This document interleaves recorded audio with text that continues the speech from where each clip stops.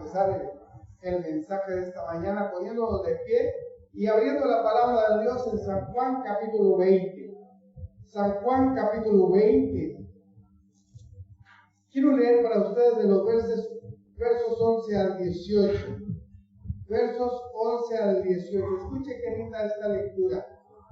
Ojalá a ustedes le pasara, pero hace un ratito repasé la lectura para la hora de leerla y pude sentir cómo salieron lágrimas de mis ojos a la hora de solamente leerla, sin tener ni siquiera que preparar un tema de eso. Solamente leer esto tiene que producir en nosotros lágrimas de gozo, porque dice la palabra de Dios. Pero María estaba llorando junto al sepulcro, y mientras lloraba se inclinó para mirar adentro del sepulcro, y vio a dos ángeles con vestiduras blancas que estaban sentados, el uno a la cabecera y el otro a los pies, donde el cuerpo de Jesús había sido puesto. Verso 13. Le dijeron: mujer, ¿por qué lloras? Le dijo: porque se han llevado a mi Señor y no sé dónde le han puesto. Cuando había dicho esto, se volvió y vio a Jesús que estaba allí, mas no sabía que era Jesús. Y Jesús le dijo: mujer, ¿por qué lloras? ¿A quién buscáis? Ella, pensando que era el hortelano, le dijo: Señor, si tú lo has llevado, dime dónde lo has puesto y yo lo llevaré. Y Jesús le dijo: María. Volviéndose ella, le dijo: Raboni, que quiere decir maestro. Jesús le dijo: no me toques, aún no he subido a mi Padre, mas ve a mis hermanos y dile: subo a mi Padre y a vuestro Padre, y a mi Dios y a vuestro Dios. Y fue entonces María Magdalena para dar a los discípulos las nuevas de que había visto al Señor y que Él había dicho estas cosas. Pueden tomar asiento.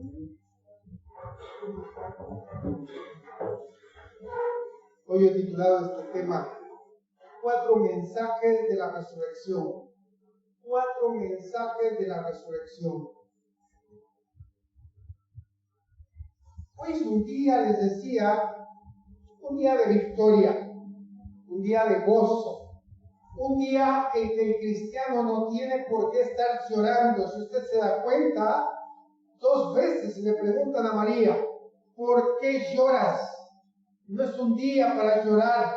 Si bien es cierto, cuando Jesús murió en la cruz del Calvario hubo llanto, ese día de la resurrección es el día en que el cristiano realmente debe festejar. ¿Por qué festejar? La tumba estaba vacía, la muerte había sido vencida, el sepulcro fue vencido, Satanás fue vencido y el pecado había sido vencido. Cristo había salido triunfante. El propósito por el cual el Hijo de Dios había venido a la tierra se había cumplido a cabalidad. Y el pecado de la humanidad por fin había sido perdonado. Y ese día de triunfo era el día en que los hijos de Dios podrían subir al cielo. Si usted estuvo en el estudio de los viernes, se dio cuenta que antes de ese día, los hijos de Dios cuando morían no podían ir al cielo, porque Jesús, dice la palabra de Dios, es la puerta. Él es el camino al cielo, y antes de Jesús nadie podría entrar al cielo. Pero ese día en que Jesús vence la muerte, en que vence al diablo, en que vence al sepulcro, en que vence al pecado, ese día Jesús estaba abriendo un camino para que usted y yo pudiéramos ir al cielo. Era el día en que el camino al cielo, la puerta del cielo se abriría. Y eso es para estar gozoso, eso es para disfrutar, eso es para gozarnos en el Señor. Aunque la televisión presente a un Cristo llevando látigo y a un Cristo con corona de espinas, porque se especializan en tomar la parte en donde pareciera que el diablo está triunfando para mostrárnosla. La palabra de Dios nos muestra un Cristo vivo, un Cristo que se ha levantado y que nos pregunta, ¿por qué lloran? ¿Por qué lloran? Hoy no es un día para llorar, hoy es un día para festejar y para entender el mensaje que Jesús nos quería dar cuando Él resucitaría y cuando se aparecería a sus hermanos, porque la palabra de Dios nos enseña que lo primero que Jesús hizo cuando resucitó fue presentarse a sus hermanos, diciéndole, mire, aquí estoy, ya he sido victorioso, ya he vencido. Y como dice la palabra, si nosotros vemos a Jesús y ponemos nuestra mirada en Jesús, seremos más que vencedores, porque Él ha vencido. Y yo quiero que en esta mañana podamos ver y valorar esos 4 mensajes que hemos podido extraer de la palabra de Dios a través de las apariciones de Jesús, porque son muchas las apariciones de Jesús, y cada aparición, y lo voy a dejar de tarea, busque usted las otras apariciones y fíjese qué mensaje te deja Jesús cuando se aparecía después de haber resucitado. El primer mensaje que nos deja lo encontramos en el verso 16 al 18. Verso 16 al 18. Jesús le dijo, María. Volviéndose a ella le dijo, Raboni, que quiere decir maestro. Jesús le dijo, no me toques, porque aún no he subido a mi Padre, mas ve a mis hermanos y diles, subo a mi Padre y a vuestro Padre, a mi Dios y a vuestro Dios. La palabra me enseña ahí que cuando Jesús se le presenta a María, le da una orden, ¿cierto? Ve a mis hermanos y presenta las buenas nuevas de que Jesús ha resucitado. Yo quiero que usted analice en esta mañana, y si fuera una película lo que estamos viendo, porque nosotros ha visto que cuando estamos viendo televisión nos convertimos en directores de cine y decimos cómo debería de haber sido y cómo debería de terminar la película.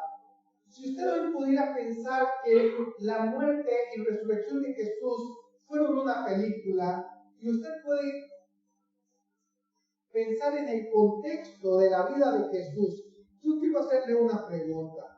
¿A quién cree usted que Jesús se le hubiera aparecido primero? ¿A quién cree usted que Él se le hubiera aparecido primero? Si estamos hablando que fuera una película. Usted dice, qué raro, ¿por qué se le presentó a María Magdalena? ¿A quién se le hubiera usted como director de cine se le hubiera aparecido primero? A la mamá. ¿A quién? A la mamá. ¿A la mamá? Sí. Bueno, ahí tenemos una directora que dice a la mamá. A Pilatos.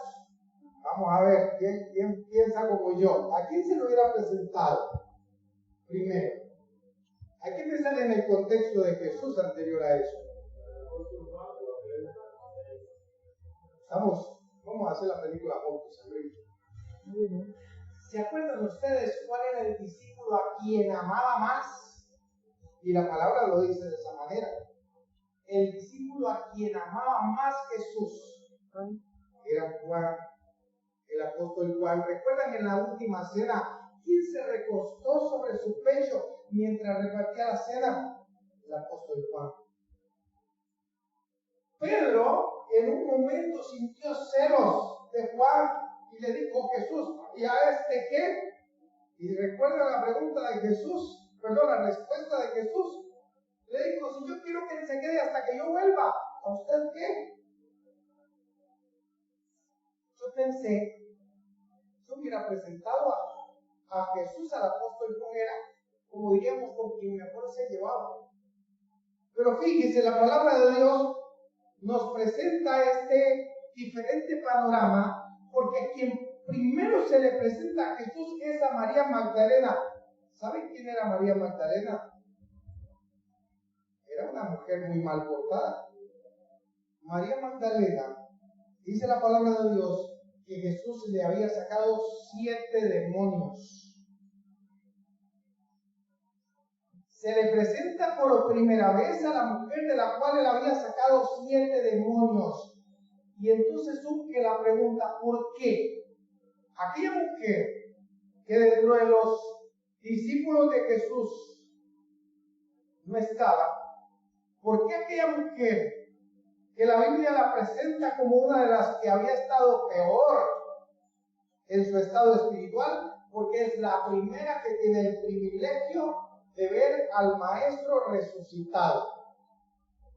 Y yo pensé, Jesús aquí nos quiere decir dos cosas. Dos cosas nos quiere decir Jesús con esta aparición. Número uno, nuestro pasado delante de Dios está olvidado. Lo que Jesús está diciendo es, no importa lo que usted haya vivido, no importa lo que usted haya sido, no importa si usted en su pasado ha sido muy malo, no importa cuántas mentiras usted dijo, no importa cuántos pecados cometió, desde el día en que usted tiene un encuentro con Cristo Jesús, su vida ha sido transformada. Y ya María Magdalena no es diferente a Juan, María Magdalena no es diferente a Pedro, María Magdalena no es diferente a ninguno de los demás, porque había tenido un encuentro personal con Cristo Jesús y sus pecados, dice la palabra, habían sido tomados y habían sido arrojados al fondo del mar, y Dios nunca más se acordaría de sus pecados. Así que usted y yo podemos ver a la mujer que tenía 7 demonios, pero ¿sabe a quién ve Dios? A la mujer que tuvo un encuentro con Cristo Jesús y que fue justificada. Por eso el primer mensaje que encuentro en la resurrección de Jesús es un mensaje evangelístico. Escuche, un mensaje evangelístico. ¿Por qué un mensaje evangelístico? Porque Jesucristo se le aparece a aquella mujer que parecía que era la más mala, ¿verdad? Yo pienso que si usted dice, bueno, Jesús viene para la iglesia de Esperanza y se le va a aparecer yo pensaría, no, tendría que ser a mí, que soy más buena gente aquí, ¿verdad? ¿Cómo se le va a presentar al que más mal está? Pero Jesús nos dice dos cosas ahí. Nos dice sobre este mensaje evangelístico, primero, a mí no me importa quién usted era, a mí me importa quién es usted hoy. A mí no me importa lo que usted vivió, a mí no me importa lo que usted vive. Y lo segundo, en este mensaje evangelístico que nos muestra la palabra de Dios, es que escúchese la orden que le da a María. Ve y dile a tus hermanos. Ve y evangeliza, es lo que dice. Dale las buenas nuevas de que Jesucristo ha resucitado. Aquella mujer, pero ¿cómo aquella mujer tan mala que había sido, ahora va a ir a predicar la palabra? ¿Cómo aquella mujer, si era la más mal portada de Jerusalén, ahora es a la que Cristo le está diciendo, vaya y háblale a tus hermanos y dile las buenas nuevas? ¿Saben qué nos está diciendo Jesucristo? No importa lo que usted fue, usted ha sido llamado para que predique las buenas nuevas del Evangelio, sin importar su vida pasada. Hoy tenemos la libertad, tenemos la autoridad y tenemos la orden de Jesús y el respaldo del Maestro resucitado para ir y contarle a mis hermanos que Cristo vive, que ha resucitado y que hoy está en nuestros corazones. Muchas veces el cristiano siente pena de hablar de Cristo Jesús por la vida anterior. Muchas veces no salimos al pueblo a hablar de la palabra de Dios porque nos da pena, porque el pueblo sabe lo que yo era. Y eso hace que nos avergoncemos. Porque ¿cómo ahora, después de que era un borracho? ¿Cómo ahora, después de que era un mujeriego? ¿Cómo ahora, después de que era un adúltero? ¿Cómo ahora, después de que yo era un drogadicto? ¿Cómo ahora, después de que yo era un malcriado, voy a salir al pueblo a hablar de Cristo Jesús? La palabra de Dios nos está enseñando acá que lo que importa no es lo que usted era, sino lo que ustedes son a través de ese encuentro de Cristo. Y que usted debe ir a ese pueblo que lo conoció con 7 demonios, con 10 demonios o con 20 demonios, que usted debe ir allá para enseñar las buenas nuevas del Evangelio y decirle, mire, no se fije en lo que yo era, fíjese en lo que yo soy hoy. Y vengo a predicarle a un Cristo resucitado, a un Cristo que vive. Porque Cristo se le apareció a María no solamente para que María supiera que Él vivía, sino para que María pudiera correr donde sus hermanos y contarle que Él vivía.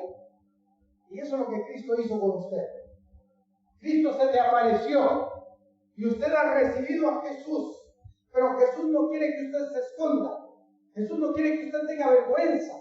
Jesús quiere que usted salga y empiece a contarle a los demás que ese Cristo ya no está en una cruz, que ese Cristo ya no tiene una corona de espinas, que ese Cristo tiene una corona de rey, porque es el Rey de reyes y Señor de señores, que ese Cristo te dio una nueva vida, que ese Cristo te transformó, que ese Cristo te ha cambiado y que ese Cristo hoy te envía a tus hermanos, a la gente del pueblo, a la gente que te conoce, a que muestres cuál es el verdadero significado del nacimiento de Jesús, de la muerte de Jesús y de la resurrección de Jesús. ¿Y por qué todas estas cosas pasaron?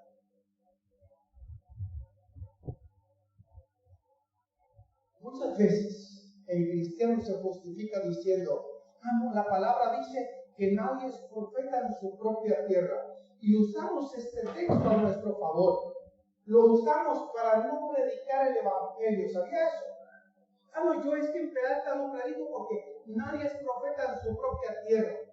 Ese texto lo aplicamos muy mal, porque lo usamos para conveniencia nuestra y así no predicamos ni en Peralta, ni en Grecia, ni en ningún lugar. Pero en realidad la palabra de Dios nos muestra a nosotros que cuando Él nos llama para que llevemos este mensaje de buenas nuevas, para que llevemos este mensaje del evangelio, para que busquemos la gente que nos conoció y que nos ve ahora, porque es testimonio vivo, que es una transformación. Yo no siento vergüenza. Hace unos días visitó una hermana de la iglesia y me dice que alguien la llamó para decirle que si no sabía quién era el pastor de esta iglesia. Y él me dice, fíjate que me llamó solamente para decirme que si no sabía en la iglesia que yo me estaba metiendo, que si no sabía quién había sido este pastor. Me gusta porque ella me dice, sí, yo le dije que usted nos había contado quién era, quién había sido. Porque no tenemos por qué sentir vergüenza por quienes fuimos. Sintamos vergüenza por quienes somos si no estamos haciendo lo que la palabra de Dios nos enseña después de haberle conocido. Pero por quienes fuimos.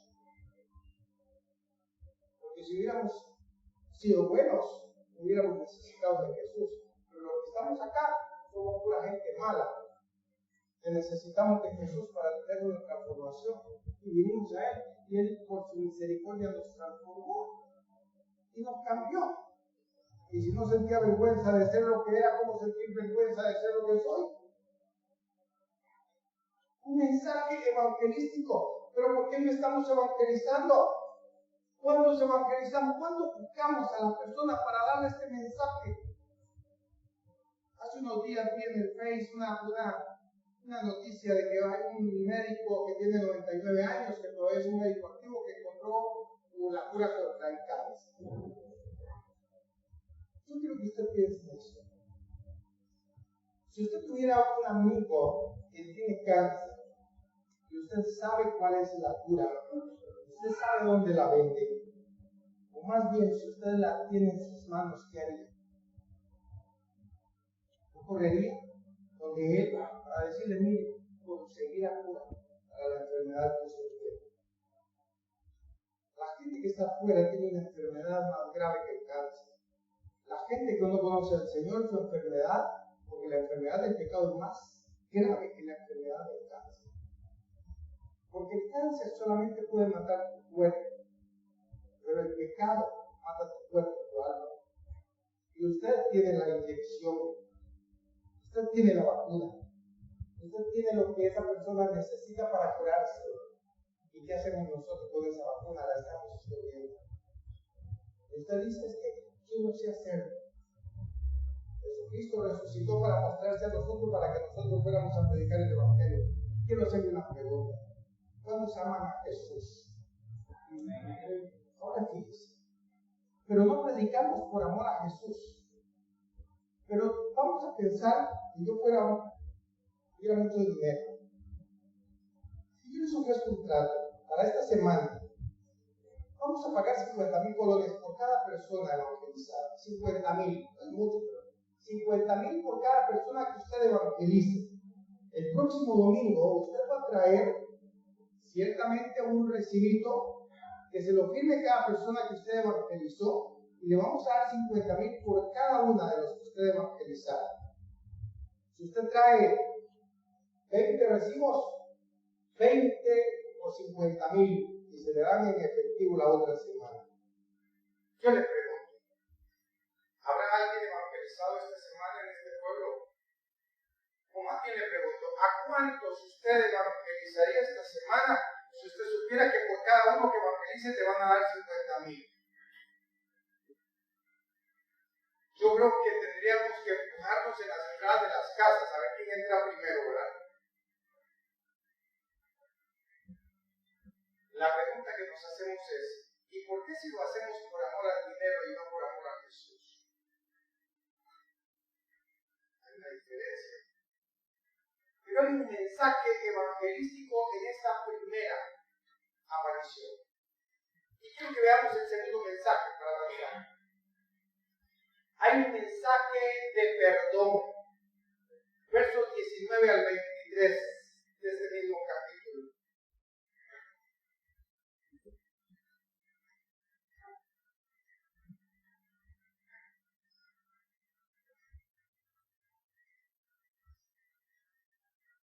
Dice la palabra de Dios, cuando llegó la noche de aquel mismo día, el primero de la semana, estando las puertas cerradas en el lugar donde los discípulos estaban reunidos por miedo de los judíos, vino Jesús y puesto en medio de ellos, dijo: paz a vosotros.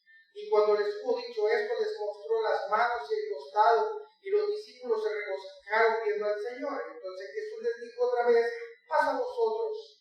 Como me envió el Padre, así también yo os envío. Y habiendo dicho esto, sopló y les dijo: recibid al Espíritu Santo. A quienes remitiereis los pecados les son remitidos, y a quienes se los retuviereis les son retenidos. Escúchese bien esto. Mal aplicado ciertamente, porque esto se ha usado este texto para decir que nosotros tenemos que ir a confesarnos con un hombre y ese hombre tiene el poder de perdonar pecados. Ciertamente no es así. Lo que la palabra de Dios acá nos está enseñando es que hay un mensaje de perdón. Y ese perdón va dirigido en dos líneas. La primera línea en que va dirigido esto es que cada vez, fíjese, Él los está enviando, si usted ve el contexto, los está enviando a predicar.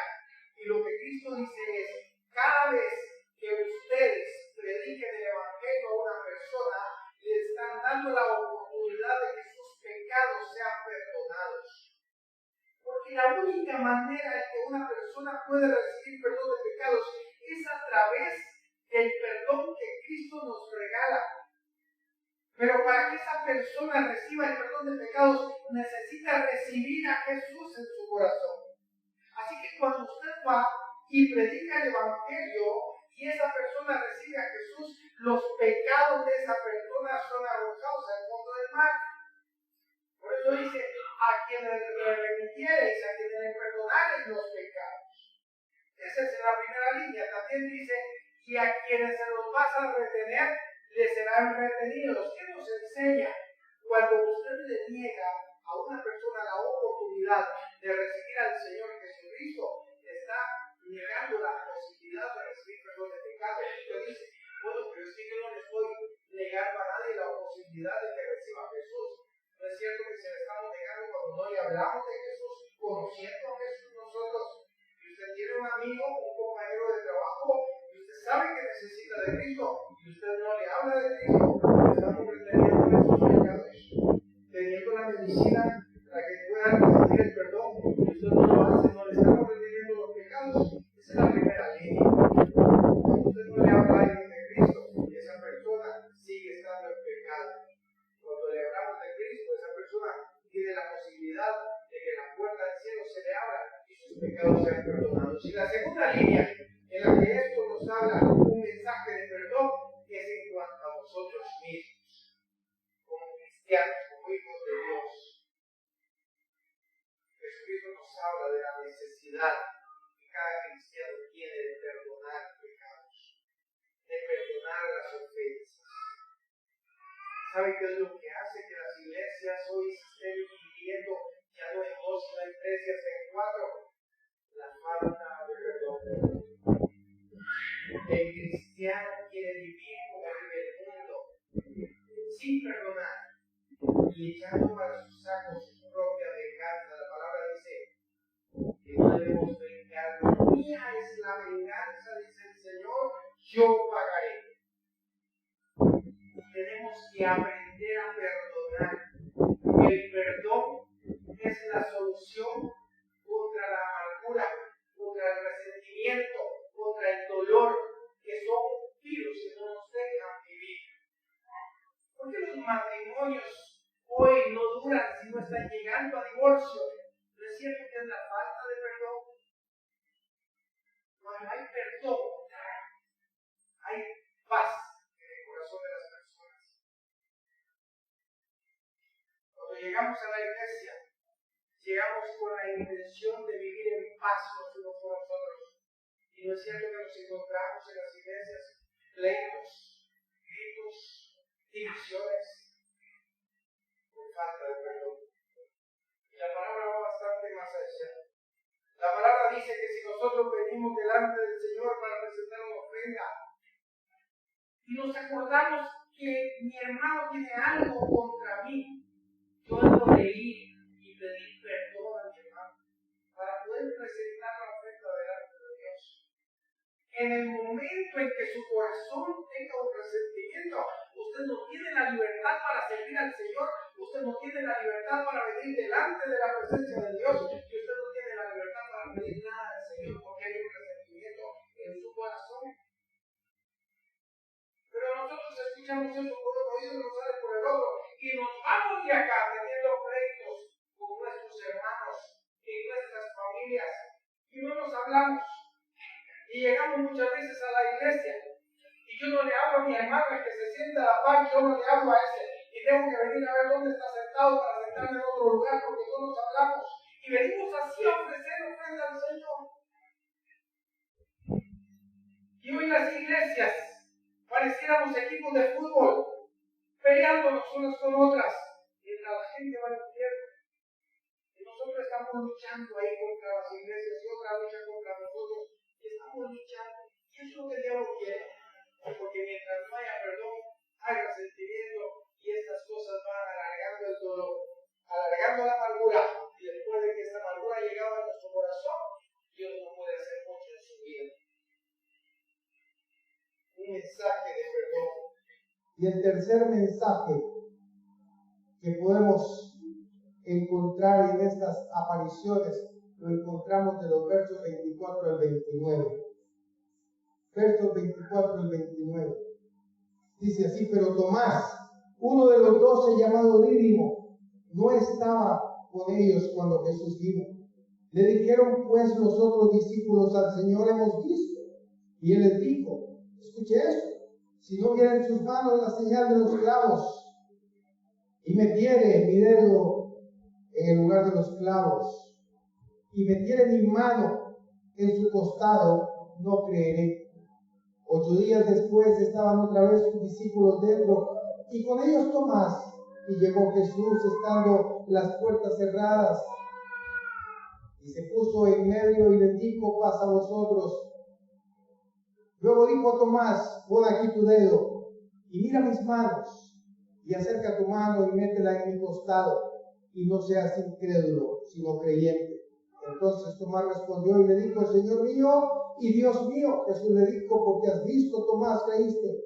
Bienaventurados los que no vieron y creyeron.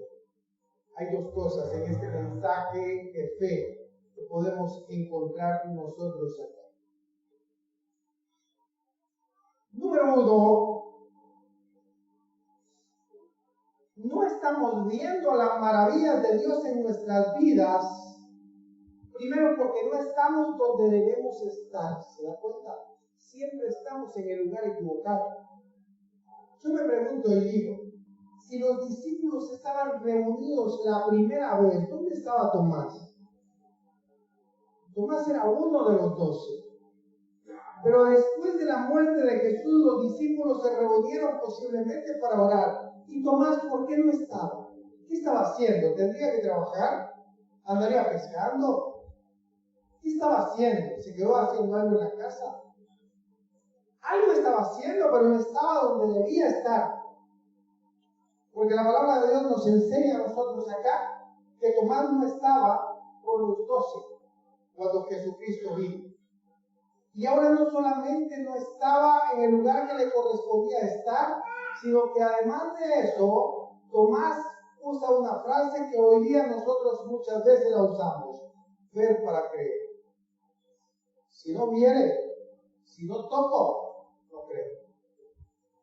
Y uno dice, ¿por qué Tomás tiene este pensamiento cuando la palabra de Dios nos enseña que Tomás había estado durante 3 años y medio con Jesús, que había visto a Jesús hacer milagros, que había escuchado el mensaje de Jesús donde le dijo que es necesario que el Hijo del Hombre muera y resucite al tercer día?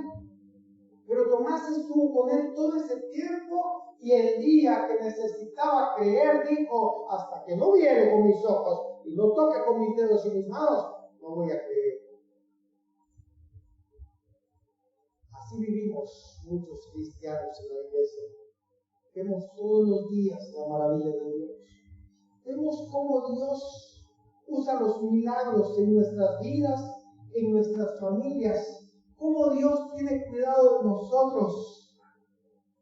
Y yo no sé si usted lo ha visto, pero yo lo he visto. Cómo Dios se encarga de mis cosas.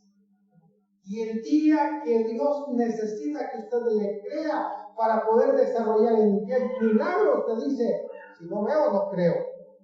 ¿Y sabe qué es lo peor?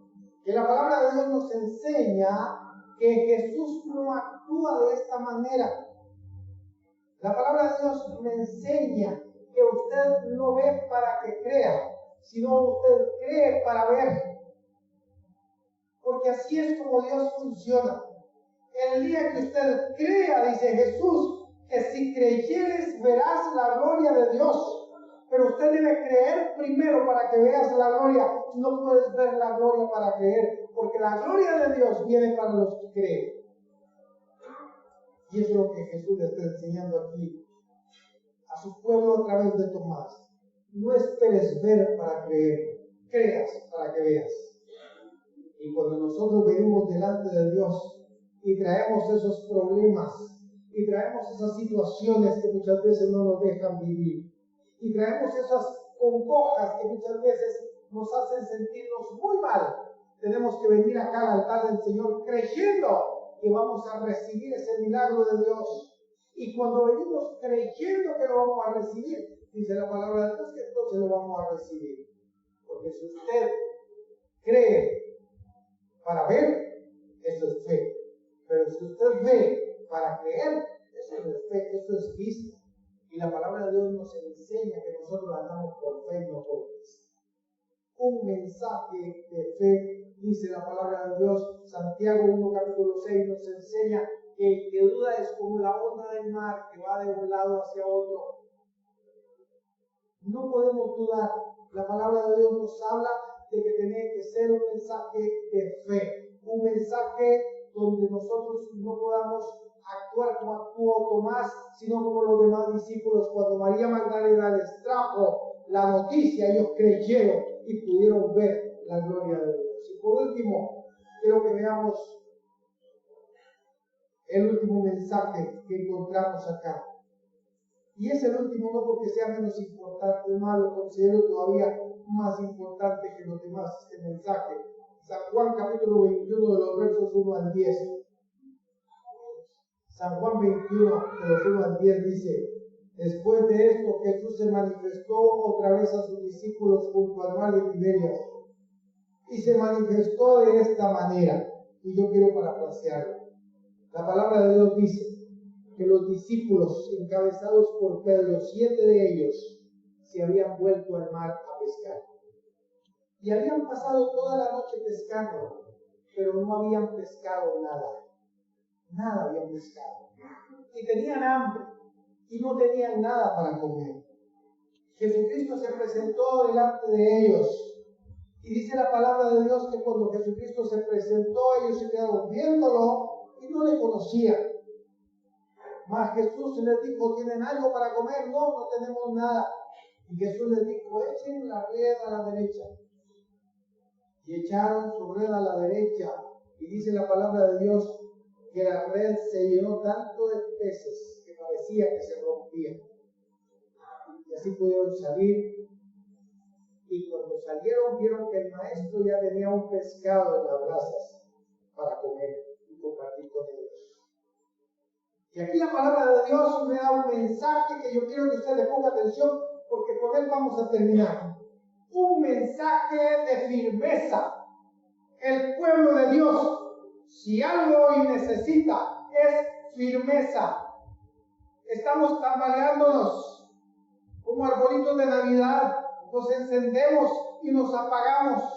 Y tenemos un pueblo de Dios que hoy está y mañana no está. Que hoy pareciera estar firme y mañana se tambalea porque no sabe qué hacer. Y mientras estemos de esa manera, Dios no puede obrar milagros en nuestras vidas. Porque Dios necesita que usted tenga convicción, que usted tenga firmeza. Que si usted tomó una decisión por Cristo, esa decisión es firme. Y usted va a ir con Cristo hasta la muerte si es necesario. Así es como la palabra de Dios nos enseña.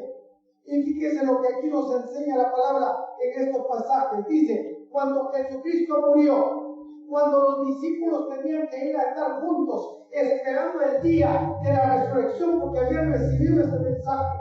3 días habían que esperar. Solo sentémonos y oremos, porque el domingo vamos a ver a Jesucristo resucitado. ¿Sabe qué hicieron 7 discípulos encabezados por Pedro? Agarraron las redes, agarraron sus cuerdas y volvieron a hacer lo que hacían antes de conocer a Jesús. Se volvieron hacia atrás.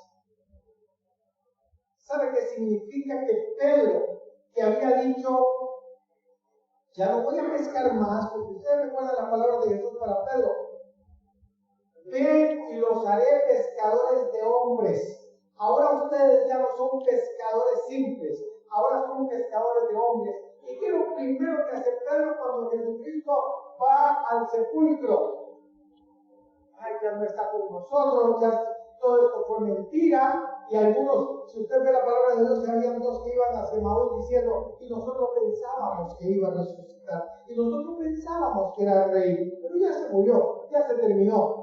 Y agarraron la red y se volvieron a meter al mar. De aquel mar de donde Jesús los sacó, ellos vuelven a entrar. Miles de cristianos vuelven al charco de donde Jesús metió su mano para sacarlo. ¿Y saben qué es lo que hacemos? Apenas no vemos la maravilla de Dios en nuestras vidas por falta de fe, volvemos al charco de donde nos sacaron.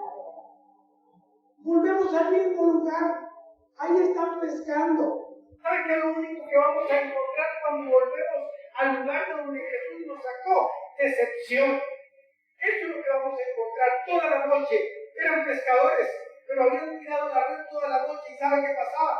No sacan nada. El cristiano que vuelve al mundo solo se va a decepcionar. El cristiano que vuelve al lugar de donde fue sacado solo va a recibir decepción. Porque el mismo Jesús va a hacer que usted no pueda ver nada, que usted no pueda pescar nada, que usted no pueda sacar nada.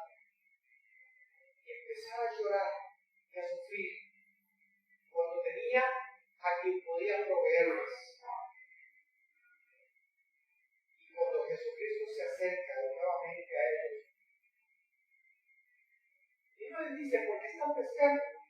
No, lo que les dice es, sin mí, nada podéis hacer. Ustedes pueden ser pescadores, con experiencia, toda su vida pescando. Pero hasta que echen la red donde yo les diga, ahí van a sacar peces. Es donde yo diga, no ustedes.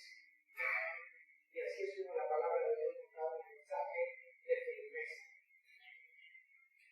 Hasta el día de hoy, no he visto a un solo cristiano volverse atrás y recibir cosas. Solo los he visto llegar. Solo los he visto lamentarse. Solo los he visto sufrir. Solo los he visto venir después, con un llanto amargo, pidiendo perdón a Dios por ese tiempo perdido. Yo quiero en esta mañana que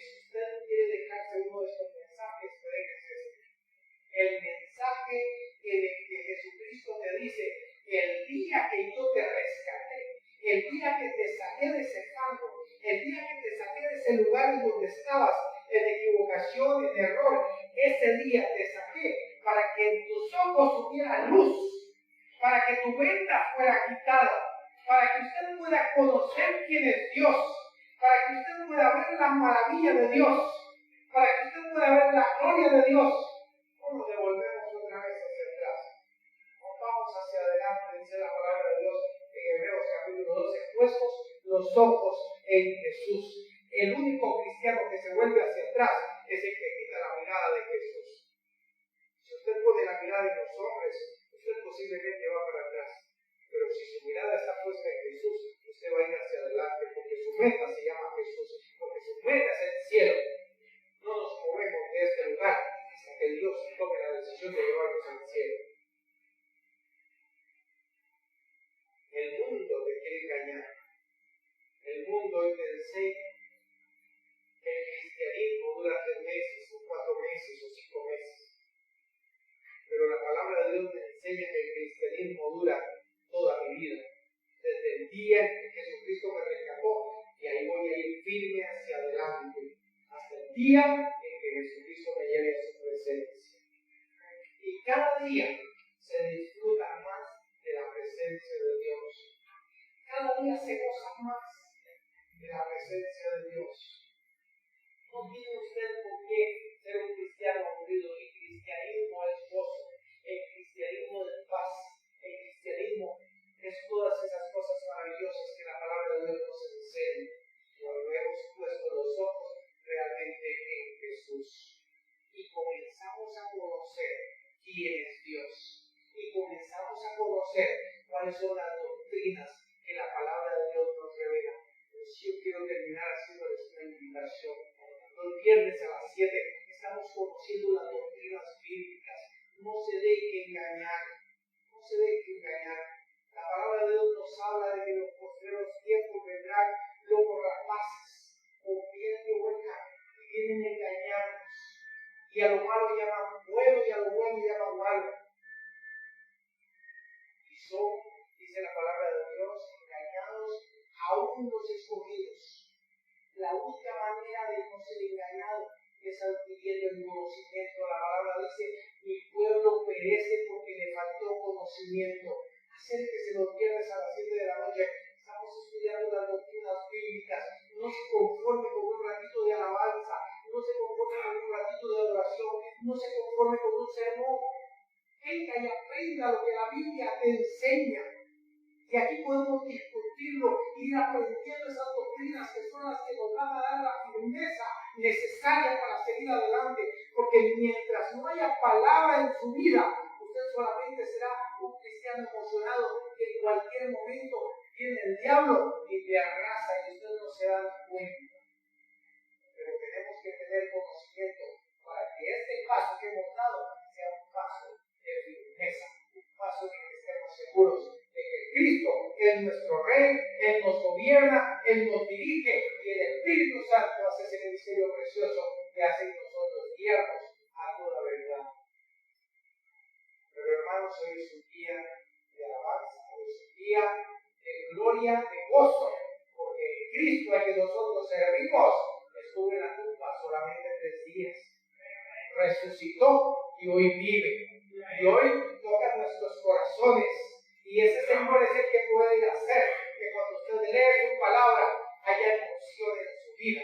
Y es el mismo que hoy puede hacer que su vida ya no sea una vida aburrida, sino una vida de gozo, una vida de paz. Porque Él da una paz que usted no puede conseguir en ningún otro lugar. Pero que su decisión por Cristo sea una decisión firme.